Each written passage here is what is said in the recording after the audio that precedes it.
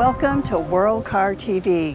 I'm Scotty Reese in the United States, and in fact today we are in Southern California where we are test driving a whole fleet of BMWs on the road to World Car 2022.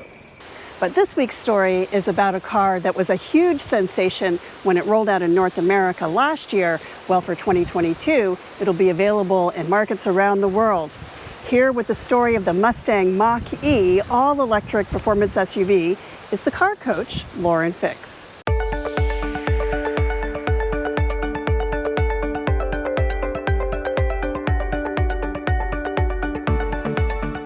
We're going to talk about this vehicle, what it's like to own, and the experience we've had while driving it. They actually built this ground up because they never had an SUV like this in the past. This is giving you that spirit of what they say is Mustang built into an electric SUV.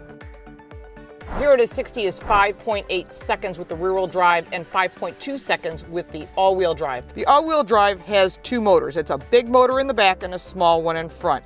That's 290 horsepower, 317 pound-feet of torque in the back. When you combine the two, 346 horsepower, 428 pound-feet of torque. The small engine in front is only 56 horsepower, which is about 111 pound-feet of torque. Combining the two, you get some pretty good get up and go, because remember, you buy horsepower, but you drive torque. When I picked up this vehicle, it was 25 degrees outside, so it only had like 176 miles of distance. As the day warmed up, it suddenly changed to 184. So note that the warmer the temperatures you're in, without being super hot, of course, at that middle temperature range at 50, 60 degrees outside Fahrenheit, you're gonna get your most battery life. When you start using air conditioning, that's a draw on it. The more accessories, that's a draw on the system. So that would also include things along the lines of heated seats. There is an extended range battery that is available up to 300 miles. This one is not the extended range that we have in our test vehicle. This one's good for 270 miles when you're at the ultimate temperature and all those other things. You're not driving it like I am in the engaged mode all the time. The car will also learn to adjust to your driving style. So when I got in the vehicle, I reset it because someone before me was driving it like an old lady, and I don't drive like an old lady. I drive like a race car driver.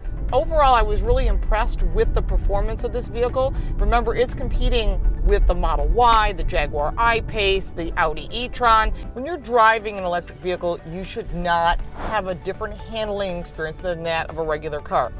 It is different. This is not performance-oriented whatsoever. So as I make my corners, it's a tight corner, it goes around perfectly fine. And when you're looking for the handling experience, just driving it on the roadway, it's fast and all, but it's just missing something. It doesn't have that same connectivity to the road.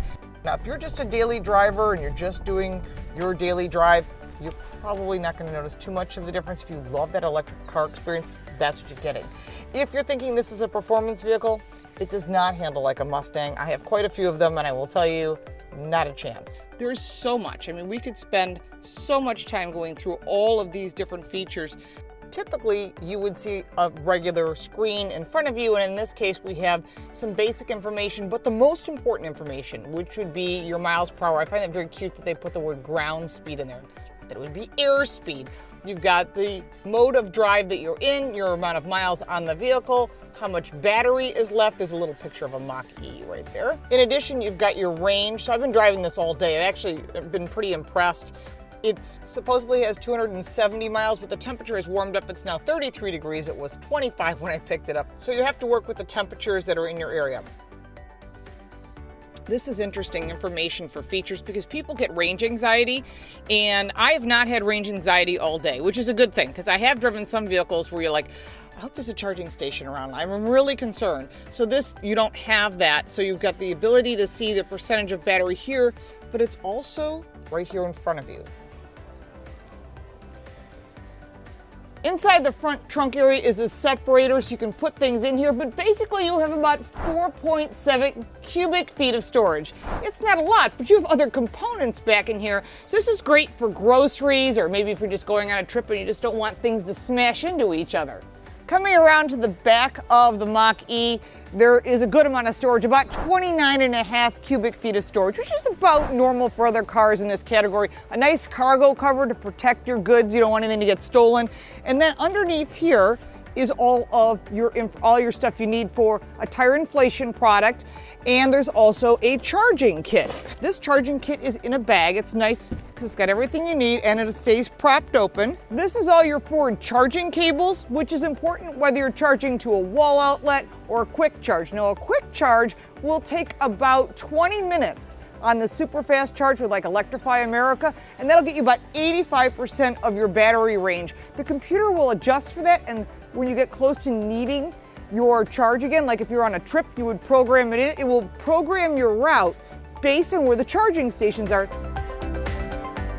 I like this vehicle a lot. When you're looking at the pros, I think the design is great, the performance is great. Remember how fast it was? Just 1/10 of a second to respond. That's better than any gasoline-powered vehicle. Remember, you blink at 3/10 of a second, so that was pretty impressive.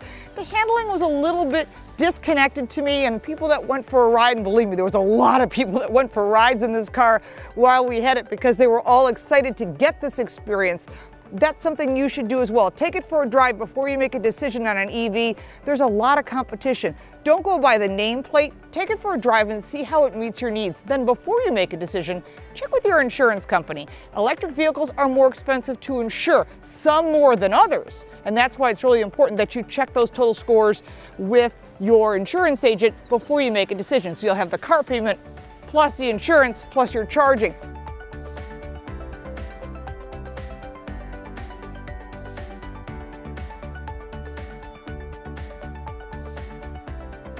The Mustang Mach-E looks really great. In fact, I drove it. It's a ton of fun to drive, but what's more promising are the electric vehicles that no doubt will follow in its footsteps. Thanks a lot, Lauren. Please be sure to follow along on all of our social media channels, subscribe to us on YouTube, and follow us on Facebook so you get every episode of World Car TV. Thanks for joining us, and please join us again next time.